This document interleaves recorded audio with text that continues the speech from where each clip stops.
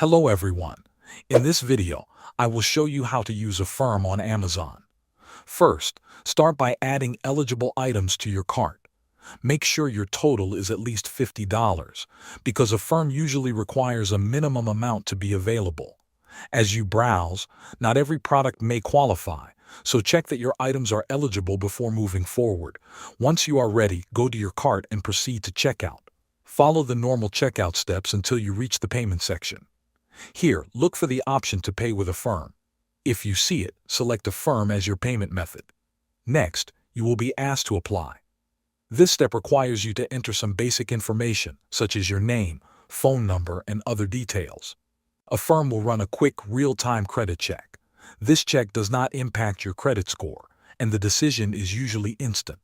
After you are approved, you will see different payment plans. Take a moment to review these options. You might see monthly payment plans or other schedules depending on your purchase.